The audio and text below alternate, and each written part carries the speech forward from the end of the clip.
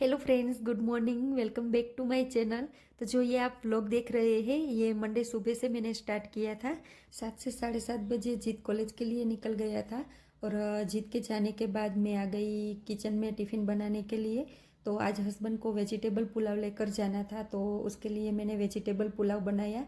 साथ में दही, अचार और सलाद दिया है। और जो सीजनल फ्रूट आता है वो हर रोज़ मैं एक कट कर कर देती हूँ। तो इस तरह से हस्बैंड का टिफ़िन बनाया है। और आज मुझे थोड़ा सा दिवाली का डेकोरेशन करना है। थोड़ा बहुत डेकोरेशन हो गया है और थोड़ा बहुत बाकी है। तो वो जो टिफ़िन की रेसिपी थी तो मैं आपके साथ शेयर नहीं कर पाई हूँ। और सुबह सुबह जब हस्बैंड ऑफिस के लिए निकल गए तो उसके बाद मैंने क्लीनिंग की। और जो बर्तन वगैरह थे वो सफाई किया। तो जो बर्तन मैंने साफ़ करके रखे थे वो भी एकदम अच्छे से ड्राई हो गए थे, तो उसको भी मैंने सेट कर लिया। तो यहाँ पर मैं सब कुछ क्लीनिंग वगैरह का काम जो होता है वो करके फ्री हो गई हूँ। और जब भी इस तरह से क्लीनिंग का काम होता है वो मैं करके फ्री होती हूँ। उसके बाद नींबू पानी पीती हूँ। हर रोज़ मुझे 2 गिलास नींबू पानी सुबह सुबह चाहिए। कई साल से मेरी ये हैबिट है कि मैं काम करने के बाद नींबू पानी पीती हूँ। तो इस तरह से मैंने अपने लिए नींबू पानी बनाया है। और हर रोज़ जो हम काम करते हैं उसमें हमारी एनर्जी वेस्ट होती है और नींबू पानी पीने से अच्छे से मिल जाती है। और वैसे भी नींबू पानी पीने से इम्यूनिटी सिस्टम मजबूत होती है, विटामिन सी मिलता है, शरीर की रोगों से लड़ने की क्षमता बढ़ती है। साथ ही साथ नींबू पानी डिटॉक्सिफाई करने में सहायक होता है। तो इस तरह से नींबू पानी पीने के कई सारे फायदे हैं। तो हर रोज़ 1 से 2 गिलास जितना नींबू पानी हम सबको पीना चाहिए। तो उससे हमारी एनर्जी रहती है और काम करने में भी हमें स्फूर्ति रहती है। और इस तरह से मैं जब भी नींबू पानी पीती हूँ तो आराम से बैठकर पीती हूँ। तो थोड़ा सा अपने लिए भी टाइम निकलता है और थोड़ा सा रेस्ट भी हो जाता है। तो इस तरह से थोड़ी देर के लिए मैंने अपने लिए टाइम निकाला, नींबू पानी पिया और आ गई लिविंग रूम को क्लीन करने के लिए। जब ये लिविंग रूम क्लीन हो जाएगा, वैसे तो मैंने डीप क्लीन पहले ही कर दिया है, लेकिन आज जो रेगुलर रोज़ की क्लीनिंग होती है वही चल रही है। तो बस इस तरह से सिंपल सी क्लीनिंग चल रही है। और क्लीनिंग के बाद थोड़ा बहुत डेकोरेशन करूँगी। इस दिवाली पर थोड़ा सा डेकोरेशन में चेंज करना था। पहले मैंने ऑनलाइन देखा भी था, लेकिन वो आउट ऑफ स्टॉक हो गया। तो मैंने मार्केट में भी देखा, लेकिन मैंने जैसा सोचा था वैसा नहीं मिला। फिर मैंने सोचा कि जब स्टॉक इन होता है तो मंगवा लूँगी। वैसे भी इसको लेने के लिए मैं 2-3 साल से सोच ही रही थी, लेकिन कभी मन करता था कि लेके आऊँ, कभी मन करता था कि नहीं लाना है, चलता है चलेगा। तो इस वजह से नहीं आ रहा था। लेकिन इस बार तो मन मना ही लिया कि लेकर ही जाना है, तो वो मैं लेकर आई हूँ। और उसी से ही मैं घर को डेकोर करने वाली हूँ, एक नया एडिशन ऐड करने वाली हूँ। तो इस एडिशन से मुझे बताना कि मेरा जो लिविंग रूम है वो कैसा लग रहा है और लिविंग रूम में सूट कर रहा है या नहीं कर रहा है।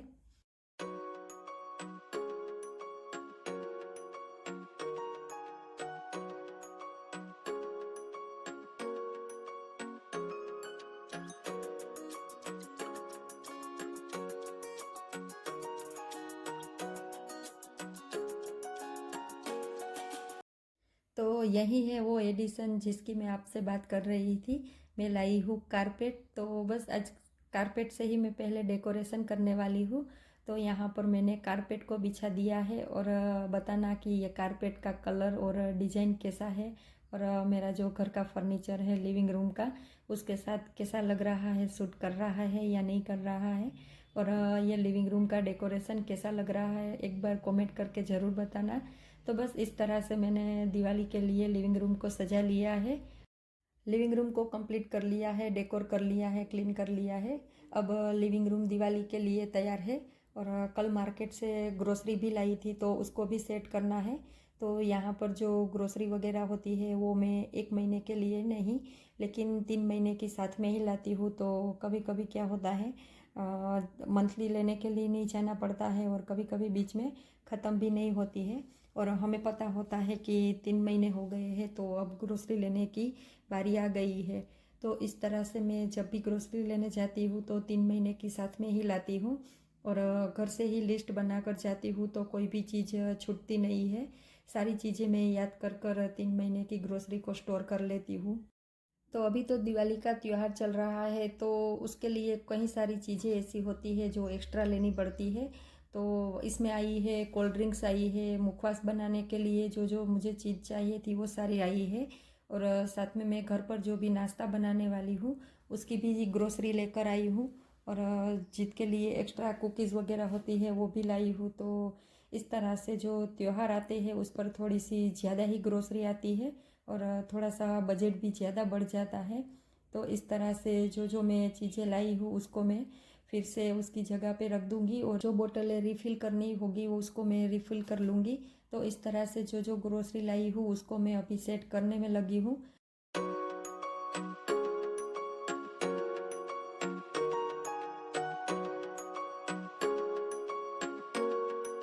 और जब भी कोई छोटी मोटी चीज़ें ख़त्म हो जाती थी तो वो लेकर आते थे।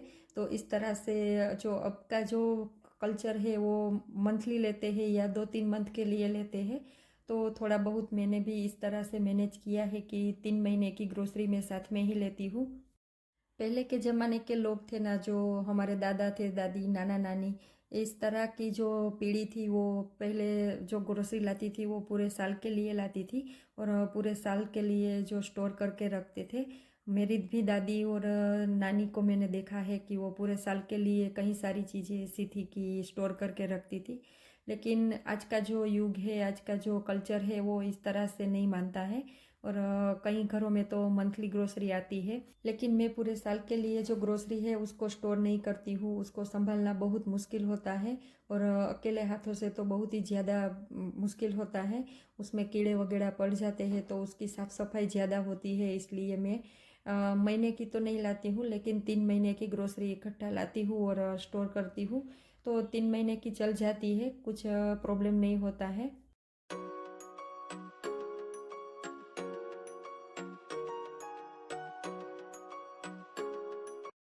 जब भी मंथली ग्रोसरी आती है ना तो उसमें कई सारी ऐसी चीज़ें होती है जिसके बिना खाना बनाना अच्छा नहीं लगता है। तो वो सारी चीज़ें तो लाती ही रहती हूँ और वो थोड़ी ज़्यादा लाती हूँ जिसके हिसाब से मुझे खाना बनाना भी इजी रहे और सबको टेस्ट भी वहीं का वहीं मिले। और जब भी खाना बनाती हूँ तो थोड़ा सा भी टेस्ट इधर उधर हो जाता है तो सबसे पहले जीत बोलता है कि आज इसमें कुछ कम लग रहा है, तो आपने क्या नहीं डाला है। बस तो इस तरह से जिद की फरमाइश थोड़ी ज़्यादा रहती है तो वो सारी चीज़ें मुझे लाना ही पड़ता है और उसको मैं अच्छी तरह से स्टोर करती हूँ। और जो सारी ग्रोसरी है उसको मैं एयर टाइट बोतल में ही स्टोर करती हूँ। ये जो ग्रोसरी लाई हूँ ना उसमें मैंने सफ़ेद तिल, सौंफ और जो साबुत धनिया के टुकड़े होते हैं ना वो तीनों लाई हूँ। तो उसका मैं मुखवास बनाने वाली हूँ। जो दिवाली पर तो हर सबके घर में मुखवास बनता ही है। तो यहाँ पर इन तीनों चीज़ों से मैं मुखवास बनाने वाली हूँ। तो पहले तो मैंने इन तीनों चीज़ों को एक बर्तन में निकाल लिया है और उसमें नमक, हल्दी और नींबू का रस डालकर अच्छे से मिक्स कर लूँगी और 2 से 3 घंटे के लिए इसको मैं धूप में रख दूँगी। तो जो सारा मसाला लगाया है वो अच्छे से इसमें ऑब्जॉर्ब हो जाएगा।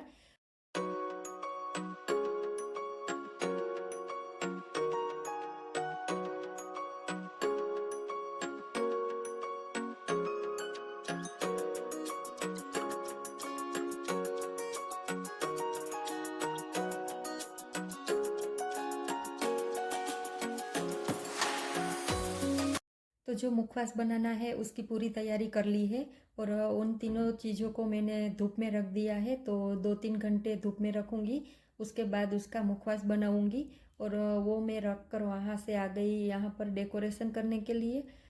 जब भी डेकोरेशन की चीज़ें हम खरीद कर लाते हैं ना तो ये कई सालों तक चलती है। बस इसमें हर साल कुछ नया ऐड करते रहो तो हर बार नया डेकोरेशन मिल जाएगा। और ऐसे ही डेकोरेशन की चीज़ें जो होती है ना वो साल में 2 से 3 बार ही यूज़ होती है। इसलिए इसको संभाल कर रखेंगे तो ये सालों साल तक चलती रहेगी। मैं तो भाई सारी डेकोरेशन की चीज़ें जो होती है उसको इस्तेमाल करके प्लास्टिक के डिब्बे में या तो जो हमारे घर में बड़े बड़े पार्सल आते हैं जब हम ऑनलाइन कुछ ना कुछ मंगवाते रहते हैं तो उसके जो बॉक्स होते हैं उसमें भी इस तरह की जो डेकोरेशन की चीज़ें होती है उसको संभाल कर रख सकते हैं। तो यहाँ पर मेरे पास कुछ कुछ प्लास्टिक के डिब्बे भी है और कुछ कुछ जो कार्डबोर्ड के बॉक्स आते हैं वो भी मैंने संभाल कर रखे हैं। तो उसमें जो सारी डेकोरेशन की चीज़ें होती है उसको मैं संभाल कर पूरे साल के लिए रख देती हूँ और साल में 2 से 3 बार जब जब ज़रूर पड़ती है तो उसमें से निकाल लेती हूँ। तो इस तरह से मैंने जो जो डेकोरेशन की चीज़ें हैं उसको अच्छे से संभाल कर रखती हूँ। आपसे बातें करते करते मैंने मेरा इंटरेस्ट सजा लिया, पता ही नहीं चला कब इतना डेकोरेशन हो गया। तो कैसा लग रहा है मेरा इंटरेस्ट, मुझे कमेंट में ज़रूर बताना। अच्छा लग रहा है कि नहीं लग रहा है, और कुछ एडवाइस हो तो ज़रूर से मुझे देना कि अगली बार मैं कुछ नया कर सकूँ, कुछ नया आपके साथ शेयर कर सकूँ। तो यहाँ पर जो डेकोरेशन थी वो कंप्लीट हो गई है, और जो मुखवास की तैयारी मैंने की थी, जो हमने सारी चीज़ों को धूप में रखा था ड्राई होने के लिए, तो वो एकदम अच्छे से ड्राई हो गई है। तो अब इसको सेकने में भी ज़्यादा टाइम नहीं लगेगा, और जो इसमें हमने नमक, हल्दी और नींबू का रस ऐड किया था वो उसका टेस्ट एकदम अच्छे से आएगा। तो यहाँ पर जो जो सारी चीज़ें हैं उसको मैं बारी बारी से सेक लूँगी, एकदम धीमी आंच पर हमें सेकनी है। जब भी इस तरीके से आप घर पर मुखवास बनाते हो ना, तो ज़रूर से एक बार इसको 2 से 3 घंटे की धूप देना, फिर देखना क्या बनता है मुखवास। तो इस तरह से मुखवास बनाओगे ना तो 1 साल तक आप मुखवास को स्टोर कर कर रख सकते हो।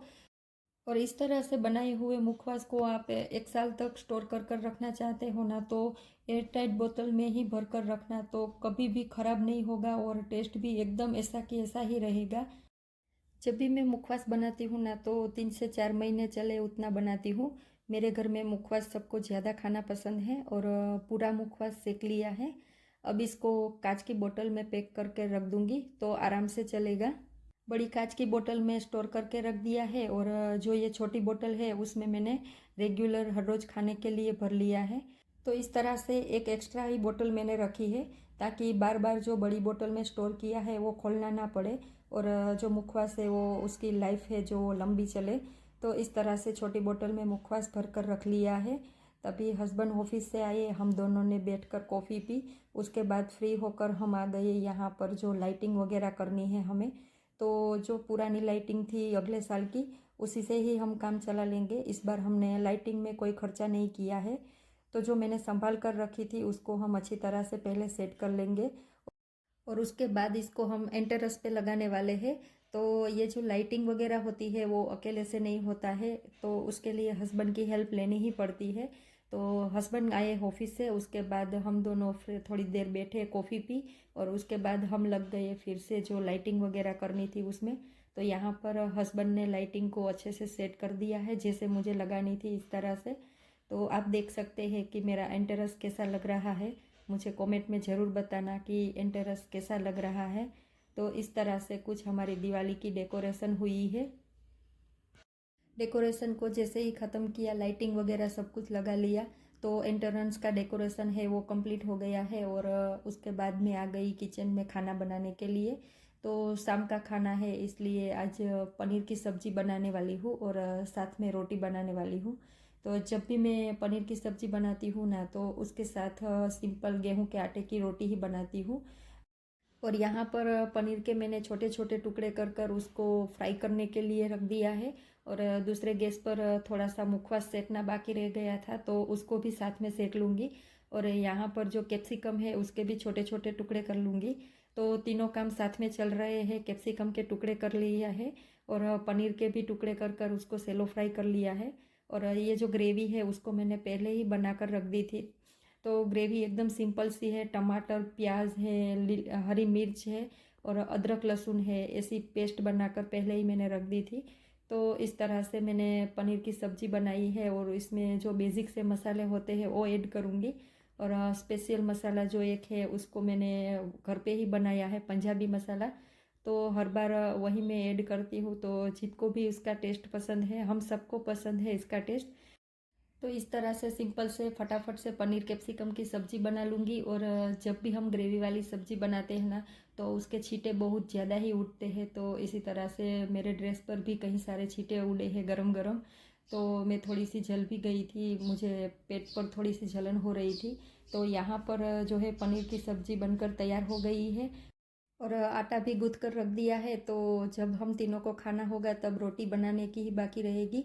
और अब मैं जा रही हूँ रंगोली बनाने के लिए, तो मैंने यहाँ पर सूट नहीं लिया है। और आज का वीडियो यहीं पर एंड करती हूँ। वीडियो अच्छा लगे तो वीडियो को लाइक कर देना, चैनल को सब्सक्राइब कर देना। मिलते हैं एक नए वीडियो के साथ। तब तक के लिए bye bye and thanks for watching.